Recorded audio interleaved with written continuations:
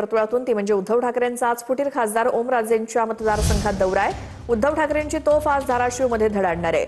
फुटीर खासदार संजय जाधव यांच्या मतदारसंघात सुद्धा ठाकरेंचा दौरा आहे। परभणी आणि धाराशिवमध्ये ठाकरेंच्या सभा होणार आहेत।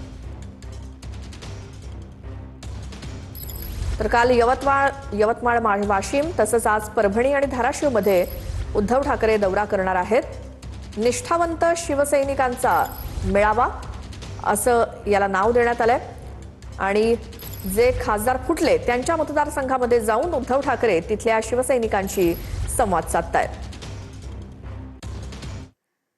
तर पुढची बातमी आहे ती म्हणजे ओमराजे निंबाळकरांना पैशांची गरज असावी म्हणून ते पळाले असं सामनातून छापण्यात आलंय। ठाकरेंच्या धाराशिव दौऱ्याआधी सामनामधनं ओमराजेंवर टीका करण्यात आली आहे। पक्षांतर केल्यावर लगेचच 18 कोटींचा निधी मंजूर झालाय, हा भ्रष्टाचार आहे असं सामनानं म्हटलंय। तर संजय जाधवांचं तर 50 कोटींमुळे जगच बदलून गेल्याचं सामनात छापण्यात आलंय। ठाकरेंचा आज फुटीर खासदार संजय जाधव यांच्या मतदारसंघात देखील दौरा आहे।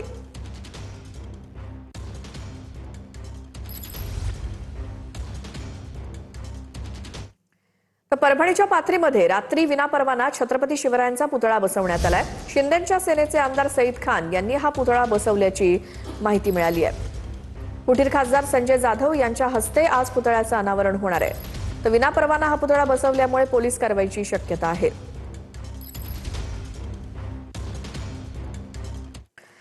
अमित शहांकडून ऑपरेशन देवेंद्र सुरू असल्याचं उद्धव ठाकरे म्हणाले। फडणवीस पंतप्रधान पदाच्या शर्यतीत उतरतील असं शहांना वाटतंय, त्यामुळे फडणवीसांनी पंतप्रधान होऊ नये म्हणून शहांनी खासदार फोडायला लावले असं उद्धव ठाकरे यांनी म्हटलं।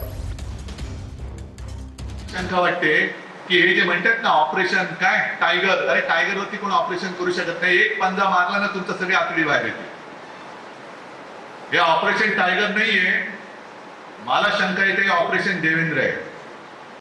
कारण आज ना उद्या कारण देवेंद्र त्यांना असं वाटतंय की देवेंद्र फडणवीस कदाचित उद्या पंतप्रधान पदाच्या शर्यतीत उतरतील म्हणून आत्ताच त्यांचे पंख काप। महाराष्ट्रातून एकही माणूस दिल्लीपर्यंत पोहोचता कामा नये म्हणून त्याला तिथल्या तिथे गुंतवून ठेव म्हणून शिवसेनेचे खासदार फोडून अमित शहानी त्यांना या मिंद्याकडे पाठवलं। हा माझा स्पष्ट आरोप नाही, माझा समज आहे।